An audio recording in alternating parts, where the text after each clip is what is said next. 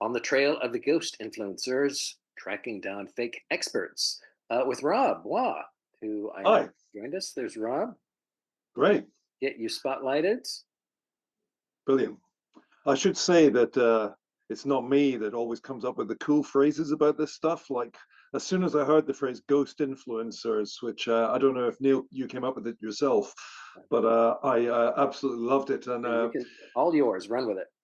my editor at Press Gazette later on came up with the phrase reality wars, which I also thought, oh, that's good. Wish I'd come up with that. But I sort of so it's a sort of it's a slightly convoluted story because I became fascinated with this thing not when I was actually working for a marketing agency, and we were approached by a blogger who wanted to write a guest blog for her, and I for the site. And I just looked at her and I just thought, this person doesn't exist. All the traces of them just are dead ends. And this There's was nowhere for that.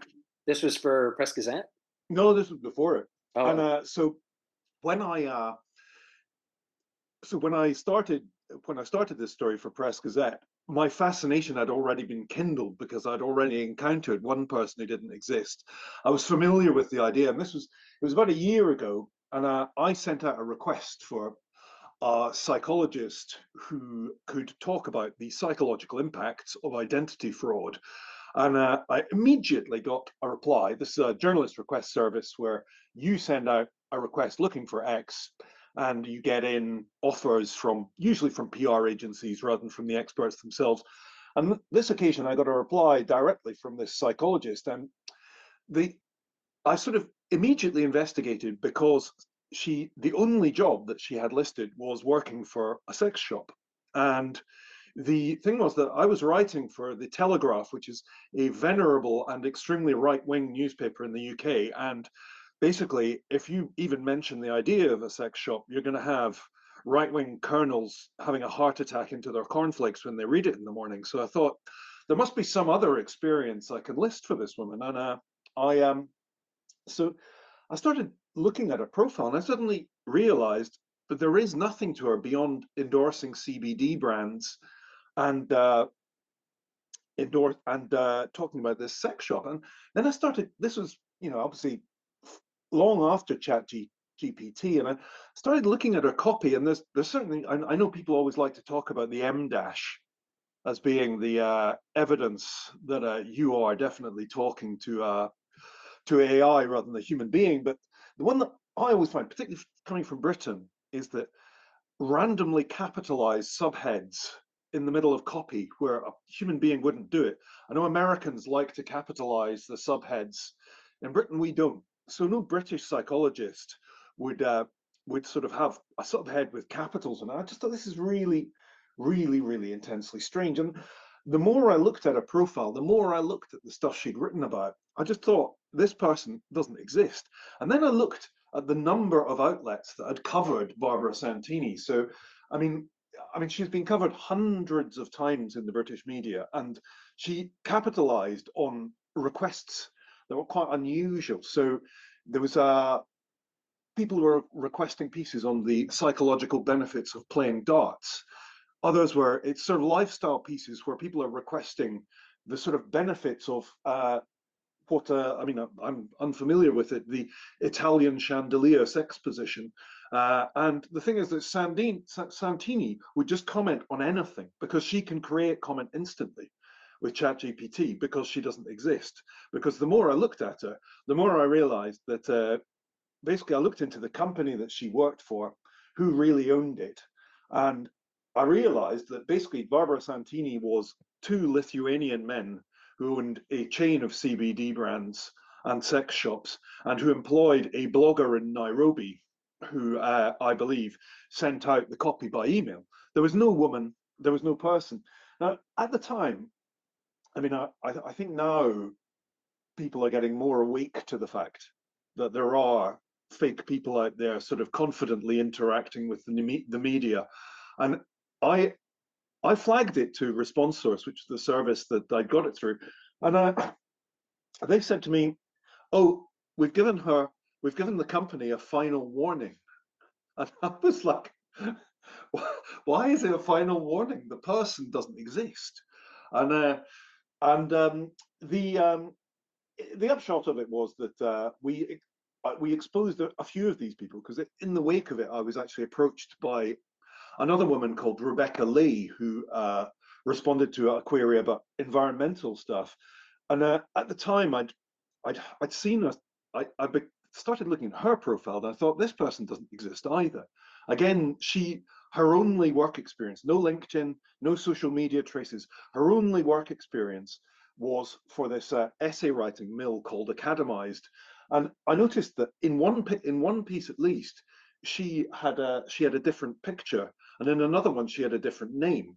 Mm. And I thought, okay, this person doesn't exist. And by this point, I'd seen a cybersecurity person out, a sort of an AI person, by saying, by asking them to do a picture of themselves with their hand in front of their face to show that they're a real person. And at that point, they just went silent. Now, so we at Press Gazette, we wrote a piece on these, and in response to that, I sort of started to really understand where these things are coming from. And I mean, the funny thing is that you realize as a journalist that, to me, this is a story about journalistic ethics. It's about people attempting to fool the news. But I realize that for quite a lot of other people, it's a purely technical issue, because the people who do this are SEO guys. And what they Mm. are trying to do is boost EEAT, which is a sort of ranking that Google uses to rank sites based on the expertise that they have at their fingertips. And by having a widely cited expert such as Barbara Santini, you can boost the ranking of your website and sell more drop-shipped sex toys, or Academized can sell more essay writing services. And I mean, the strange thing is that I there was in Britain, there was a very controversial speech given at an SEO conference by somebody who offered tips on how to create fake experts and fool the media with them. And I approached her and I thought, there's just no way in hell she's actually going to speak to me, because you get an instinct for these kind of things. But she did.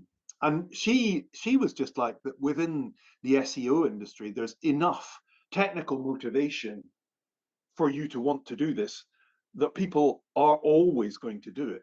Mm. And so, I mean, in these cases, they were fooling a quite reputable journalist request service, because they had come in via a PR agency that specialized in cannabis brands. And the PR agency, I mean, really, the test for response source was, is the PR agency's money good? And it was good enough that is why the completely non-existent Barbara Santini only got a warning the first time. And because if they have, if it's financially worth their while to pay a PR agency, then they can. It's difficult. It's easy to evade checks. I think that other ones capitalized on hashtag journo requests on open social media, and I've sort of since that point I've been slightly down a rabbit hole of fake people, fake publications. In fact, I'm speaking this week to a guy who is dealing with a network of 4,000 entirely AI generated publications, which spew out news 24/7 with the goal of getting onto Google Discover, which is the app on Android phones that automatically serves people content. And several of those people have become millionaires on the back of this, because if you get enough content to spike on Google Discover, and these guys are outranking real publications staffed by human journalists.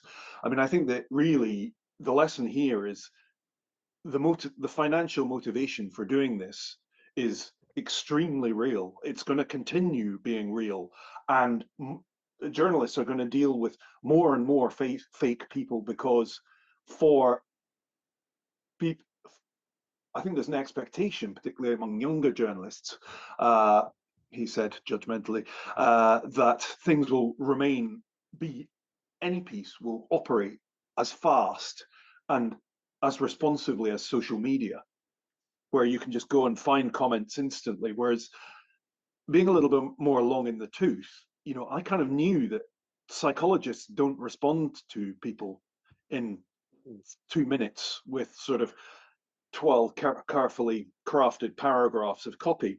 But I think that among younger journalists, there's this sort of willingness to believe, oh yeah, this person's just got back to me about the Italian chandelier sex position. She's an Oxford educated psychologist, and that's all fine. But I mean, what we've seen at Press Gazette is that the the stories have highlighted something that has actually changed behavior in a major way across quite a lot of newspaper groups. I mean, the worst part of it for me is I'm a freelance, so it actually has made my job quite a bit more difficult in several of my sort of daily employments because, for instance, Yahoo News now requires two kinds of verification for every expert that's quoted in any piece by a freelancer. You have to provide that. Other newspaper groups sent out warnings to freelancers going, do not trust experts that you have seen on networks like Response Source, where you can't verify their identity elsewhere. I mean, I understand that Response Source itself is upgrading and verifying the ways that it uses to deal with experts and the ways that it forces PR people to actually prove that what they've got in terms of either a case study or an expert is real. So that all those processes are being updated. And also anecdotally, I mean, I've been speaking to quite a lot of other journalists who've said that they've changed their habits in terms of how they're dealing with case studies on an individual basis, because there's this growing awareness that for a brand, you know, if they can get 3 paragraphs into a newspaper, it's enormously valuable. It's far more valuable than a piece of advertising. It's far more valuable than, you know, something that's just on social media. If you can get something that's anchored to a reputable news publisher site, then that's an incredibly valuable thing, and it's worth investing money to fool people that way. And so I've spoken to a variety of journalists and PR people who said that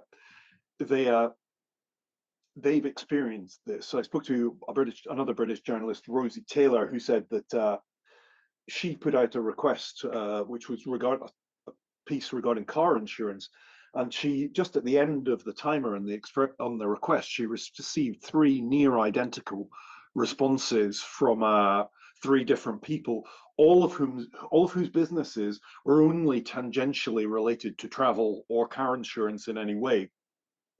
And she immediately was like, this isn't AI. And the strange thing was that hadn't actually come in via the response service. It had come in from that being shared onto social media. So there's an enormous number of ways that these sort of falsehoods can creep in. And I think, you know, the time pressure on journalists to deliver, you know, yards and yards of copy in increasingly less time for increasingly less money means that it's sort of highly vulnerable. I mean, the response that Rosie has made is the right one. She's switching to verifying any source that she speaks to over the phone, only doing phone or video interviews. Although the problem is that I feel like we're in a sort of hall of mirrors or something, because in one of the I was saying, oh yeah, journalists are switching to doing video interviews, and I was interviewing a deepfake expert about it. And during our video interview, she pressed a button and turned into another person. So I thought to myself, okay, that's a pretty neat trick. And I thought, actually, you know, what is the technical solution that we can switch to long term? I mean, I have heard from within the PR community that there's an increasing number of journalists who are requesting to see photo ID, make a phone call, do steps that make it more difficult for this unverified stuff to creep into what they are doing. But with the kind of AI fakes having crept not only into response services, but also into responses from genuine experts. I mean, I won't name this person because they are a legitimate expert in their field, but I saw in the middle of they submitted me some copy, and in the middle of it, it said, I am an AI model and have no physical experiences, therefore I can't answer this question. And it was blatantly obvious that, probably, speaking to journalists isn't the most high priority thing they do in their day. So it's just like, okay, chat GPT, generate me a plausible answer to this. And it's layers and layers of deception. And, clearly there's technical solutions that can deal with it. But I think that for now, checks and balances will help. But in the future, technical solutions like ID verification and stuff like that will grow in importance. So thank you very much. That is really amazing. Thank you so much for that. If you have any questions, you have about a minute to ask them. And also, I put the link to Rob's Press Gazette article in the chat, and I urge you to check that out. Great. Yeah, Somebody says, we're still Nikki, following this story, so there's more to come. There's yeah. one particularly prolific faker who I have not featured yet, but who will be in the pages of Press Gazette soon. Well, there is that. I mean, and you can ask yourself, like, how much of how much of what is generally being written has got a little Chat GPT help with it. I, But here I at mean, AU, we write everything, and you can tell that a human's written it. But that, okay, I need a little help with this, and we'll help with that. I'll add something here, add something there. I mean, is it the kind of a creep that in danger of creep in a lot of I, what we read? I think that there's an enormous danger of creep. I think that, I write about technology a lot. I think that when ChatGPT was relatively new, I think there was a lot of tech guys who thought, oh, well, I can just get away with writing this and then lightly writing this with GPT and then lightly editing it myself. But I think that with those kind of things, it is robbing yourself, because GPT and other chatbots tends to create very equivocal copy. People Hmm. don't say strong and offensive opinions, whereas people who want to get in the newspaper, they know that they have to say strong and opinionated stuff, which is the opposite of what chatbots tend to do. I mean, you can persuade a chatbot to do it, and obviously, but I would say that, out of the box, GPTs tend to always equivocate, play both sides, whereas, a source who's good at getting into the newspapers knows that you need the pithy soundbite that is opinionated. And We'll have to move on here, but yeah, I'd be looking forward to following up with you, Rob, and talking more about this, because it's great. it's Well, thanks for this that opportunity. we're all going to have to face.